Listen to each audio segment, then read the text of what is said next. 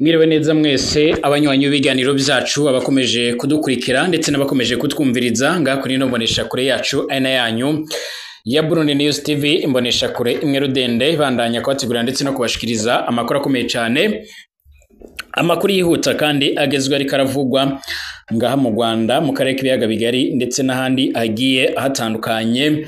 Turi muri ano masaha nyine ku gicamunsi ngaha mu Burundi kuri uyu wa Mungu cange dimanche turi ku igenekerezo rya 25 kwezi n'ukwa gatanu 2025. Kaze kuri mwebwe mwese. Nyuma y'uko rero ingwani ikomeje kugenda irazamura umurego ngaha mu buseruko bwa Repubulika Iharanira Intwaro Rusange ya Kongo, ariko kandi kariko irasatira Uburundi nk'uko byuma bigaragara. Ndetse icyo nubibutsa nuko mu misi iheze aribwo harabaye uruzinduko ruremere cyane nk'uko byuma bigaragara, uruzinduko rukomakomeye cyane rwaratumye bamwe rero mu bantu bakomeza kugenda bibaza by'umwariko bimwe mu bishobora kuza kugenda ruraba nyine nk'uko amakuru akomeza kugenda tugera bivuga. Barakomeza kugenda bashimangira yuko nyuma yuko umugaba mukuru w'igisoda ca Kongo ndetse n'umugaba mukuru w'igisoda c'u Burundi General Prime Niyonga baraherutse gurira ngaha muri Uvira, President Evariste Ndayishimiye nawe yo bagiye kugirira uruzinduko ngaha muri kino gihugu ca Kongo. Nyuma yuko rero ingwani ikomeje kugendera komera ndetse biboneka yuko ikomeje kugendera basaba ingufu n'imbaraga nyinshi cyane. Ibi byose akaba ari bimwe rero nyine mu bikomeje kugenda biratuma canga mu bikomeje kugenda birateza nyine umwuka mubi. Mu nyuma y'iko rero ingwano ishobora kuba yo kwadukira Burundi, akaba ashobora kuba ibindi biganiro cyane mu kongera ingufu ndetse n'ibishobora kuba byogaragara mu bikorwa bigendanye no kugarukana amahoro n'umutekano ku butaka bwa Repubulika Iharanira Intwaro Rusange ya Kongo, ariko kandi Abarundi nabo nyine bakama baragira amahoro n'ituze. Nyuma y'uko rero umwari M23 aherutse gutangaza ko uri kuritegura kuba wofata ibi bisagara bimwe na bimwe nk'uko amakuru yoma aradushikira cange amakuru yoma aratugeraho, ibyihuta cyane bitugeraho muri no mwanya birasigura ndetse bikagaragaza ko umwanya n'umwanya canga igihe icyo ari cyo cyose ingwara ishobora kuba yoshika ngaha mu Burundi mu gihe muri Uvira ibintu byaba bimeze nabi cyane. Evariste Ndayishimiye kandi arashaka kwerekeza nga muri Kongo mu nyuma y'uko rero ubutegetsi bwa Repubulika Iharanira Intwaro Rusange ya Kongo burongoye na President Félix Tshisekedi Tshilombo werutse gutangaza ndetse no kwambura udahangagwa wahoze ari umukuru w'igihugu ca Kongo ni Joseph Kabila Kabange. Ndetse Kabila hari icyo aherutse kubivuga ko hari icyo yabitangaje ko aho yanasabye yuko mu rwego rwo kugira ngo ibintu bice biramera neza nga muri Kongo ari uko hotanguzwa imigambi canga ibikorwa bimwe na bimwe bishobora kuba byotuma ibintu birahinduka cyane mu bikorwa bigendanye no kugarukana amahoro n'umutekano. Akavuga yuko ingabo zose z'amahanga zigomba kuvanwa muri ivyo bice. Ikaze kuri mwebwe mwese mwama muradukurikira abari ngaha mu Burundi, abari mu karere k'ibiyaga bigari, abari mu makungu agiye atandukanye, mwese ndabifuriza ibihe byiza, ndabifuriza kwama mumererwa neza cyane ndetse ndabifuriza gukomeza kumererwa neza cyane. Abari mu makungu ya kure ari ubwa mbere ugeze ngaha, reka ndagusaba cyane kwanditse sabone kugira ucaronka amakuru n'ibiganiro byacu, ndetse by'umwariko utange ibyumviro byonyuze muri commentaire, ibintu bice birarushaho kuba byomera neza cyane. Reka nkubwire ngo komeza kumererwa neza, niba utameze neza uno mwanya ubwire ngo ejo cyangwa ejo bundi ibintu byoca biramera ibintu byoca biramera neza cyane. Kaze kuri mwebwe mwese, kaze ko bakomeje kugenda baradukurikira, kaze kuri mwebwe bakomeza kugenda by'umwariko nk'uko bikomeza kugenda by'umwariko nk'uko bikomeje kugenda bigaragara. Amakuru yihuta cyane akaba yama aragira ndetse by'umwariko akaba akomeza kugenda ashimangira avuga yuko ibintu byotanguye kugenda birakomera. Amakuru mashasha, amakuru yihuta, umukuru w'igihugu c'u Burundi President Evariste Ndayishimiye nk'uko byoma bigaragara, nk'uko amakuru yoma aradushikira aragiye kugirira uruzinduko nga muri Repubulika Iharanira Intwaro Rusange ya Kongo, nk'uko rero byosotse mwitanga rya Ntare Rushatsi hauzi kuri uyu wa 25 Gicurasi umwaka wa 2025. nk'uko bigaragara bavuga ko uruzinduko rwe ari urwo rero kugira ngo baganire ku kugarukana amahoro muri Afurika muri rusange. Uyu Evariste Ndayishimiye arafashe runo rugendo nubwo rero atigeze aratangazwa igihe ruzobera, mu gihe kandi intambara ikomeje kugenda irasatira cane mu bice biriko biragaragaramo igihugu cy'u Burundi, ndetse benshi bakaba bama bagaragaza ndetse baranerekana neza yuko isaha n'isaha igihe icyo ari cyo cyose ingwano ishobora kuba yo kwadukira ndetse ikaba yogera nga muri kino gihugu cy'u Burundi. Mu nyuma y'uko rero abarundi bama barafise ubwoba cane muri kino gihe ingwano ikomeje kugenda irasatira cyane ku mbibi z'u Burundi na Kongo nko muri Uvira, hari amakuru dufise avuga yuko inzego zo kwivuna amansi nga mu Burundi zoba zarasabye cyane abategetsi nk'uko byoma bigaragara cyangwa ase nk'uko byoma bitangazwa gukora ibishoboka byose mu rwego rwo kugira ngo ababashe kuba barabira hamwe cyangwa se babashe kuba barebera hamwe uburyo ibintu byoca biramera neza cyane, bikavuga yuko borasabye abasirikare kuba maso ndetse no kurabira hamwe uburyo bashobora kuba by'umwariko bokingira cyane ibibazo bigendanye n'umutekano ndetse no kurabira hamwe rero ingene ibintu byomera bigaca biramera neza cyane.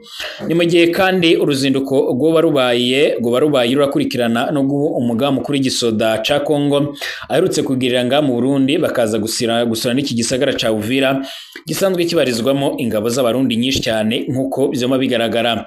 Amakuru yamara dushikira akaba asigura ndetse avuga yuko byaba ari uburyo cyangwa akaryo keza kabategetswe kugira barabira hamwe rero ingene boca barahangana n'ibikorwa bimwe na bimwe bigendanye n'umutekano bikomeje kugenda birasatira nyine Uburundi na Kongo. Ni mu gihe kandi kugeza uno mwanya hakomeje kugenda haribazwa byinshi kubigendanye by'umwihariko n'uruzinduko rugiye kuba mu gihe ubutegetsi bw'Kinshasa buherutse kwambura udahangagwa perezida Joseph Kabila Kabange wabaye perezida wa Repubulika Iharanira ya Kongo. Joseph Kabila Kabange wahoze ari perezida wa Repubulika Iharanira ya Kongo yaranenze aya mashusho akomeje kugenda abica bigacika ku mbuga nkoranyambaga, akomeje gutuma abatari bakeya bashimangira ndetse bakanagaragaza ko bishimiye kuba bakomeje kwinjira muri ibi bikorwa nk'uko bikomeza kugenda bigaragara. Nk'uko bikomeje kugenda bitangazwa kandi bamwe mu batanze ibitekerezo kuri aya mashusho bavuga yuko abazarendo ari bamwe mu bantu bakomeje kugaragaza ingufu n'umurava ku buryo bukomeye cyane, ku buryo ngo bakomeje kugenda bitanga kurenza abo mu ngabo za Repubulika Demokarasi ya Kongo bazwi nka FARDC nk'uko bigaragara. Abangaba kandi biganjemo abo ubona bahetsi bikapu, abo ubona bafite udufuka turimo imyenda n'ibindi bikoresho byabo bisanzwe, ku buryo ubona yuko ari ibintu biteguye neza ndetse banishimiye cyane.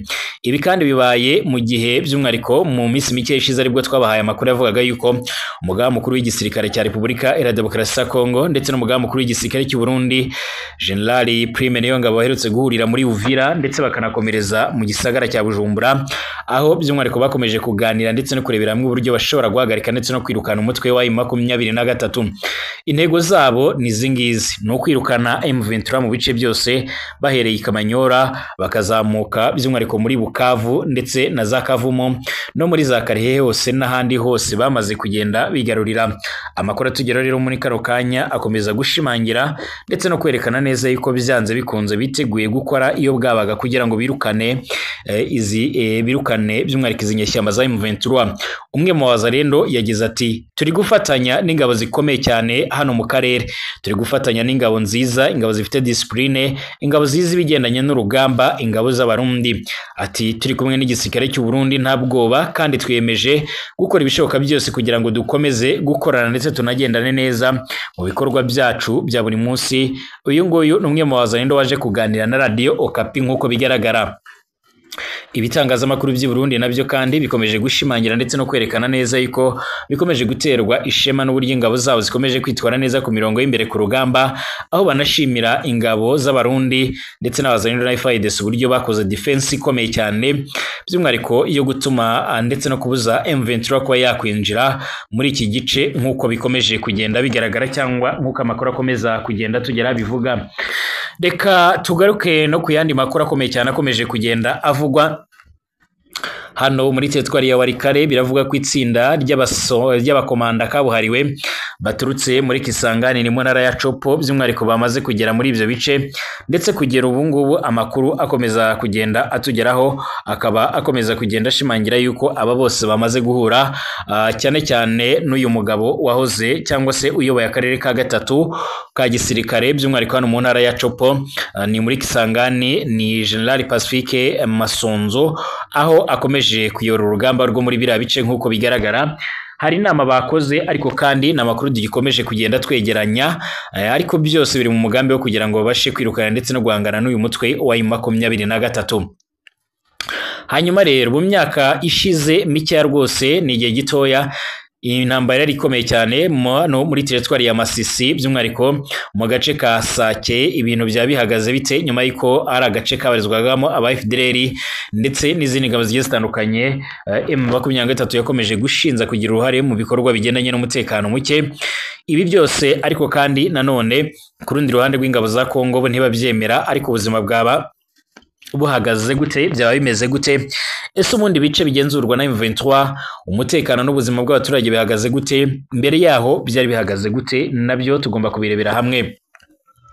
Niba ari uduce twiza rero mu miterere muri Repubulika Iharanira Demokarasi ya Kongo harimo Masisi cyangwa se aka karere ka Masisi mukaza mu twa mbere, ni hamwe rero mu hari imisozi ibereye ijisho, bikaba byiza cyane uyirebera kure.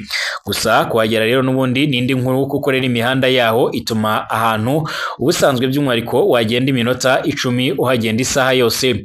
Ni kimwe rero mu bibangamiye abaturage baturiye muri iyi misozi miremire ibereye ijisho. Mu mwaka 2023 ibibazo byabo byahumiye ku mirari rero nyine, ubwo hiyongeragaho ikindi gikomeye cyane. Abatuye muri aka gace ka Nturo muri Kirorirwe batewe bitunguranye, baratwikirwa, benshi basiga ubuzima, abandi ababishoboye bisanga bagiye mu z'ubuhunzi, bagiye guhunga.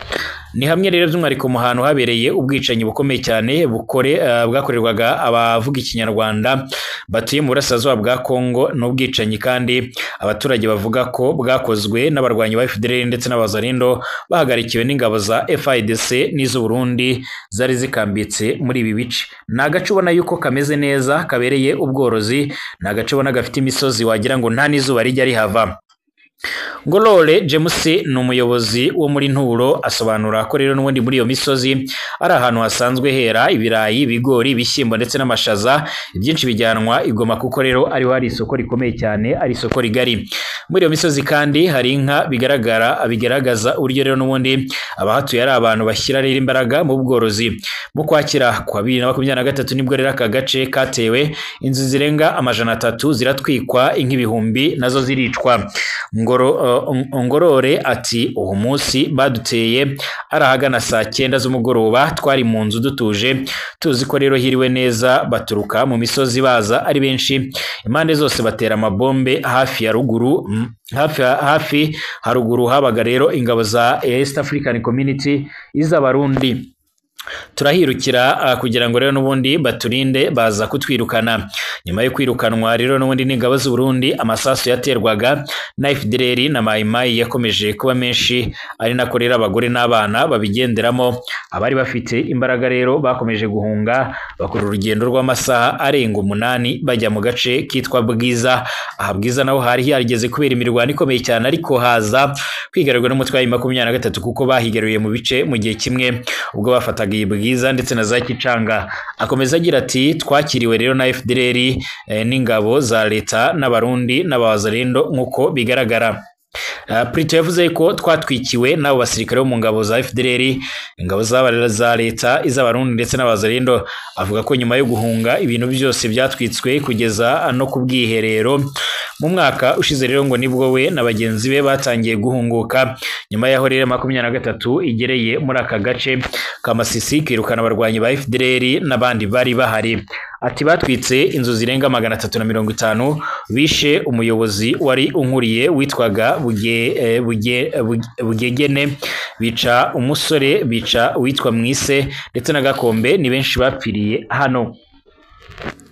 Asifiwe rero Migisha n'umubyeyi ukiri muto cyane yakuriye muri Nturo kuko rero ariho yavukiye muri Nzere nibwo rero yagarutse muri aka gace we na Nzamukosha Alliance bahuje ubwo buzima. Ati abasirikare ba leta baradutotezaga bavuga ngo turabaye 23 ngo turi abagore babo, bakagera rero bashimuta bamwe rero bakabica kugeza igihe beruye bakaza bakaturasa tukagenda baje imvura ihise ari ku cyumweru. Bukofero Gahereri wavukiye rero muri aka gace yavuze ko ubu bari kwiyubaka nubwo rero n'ubundi bitoroshye. Ati ubu ngubu ni ukubaka ubuzima bushya no kubaka ubundi bushya.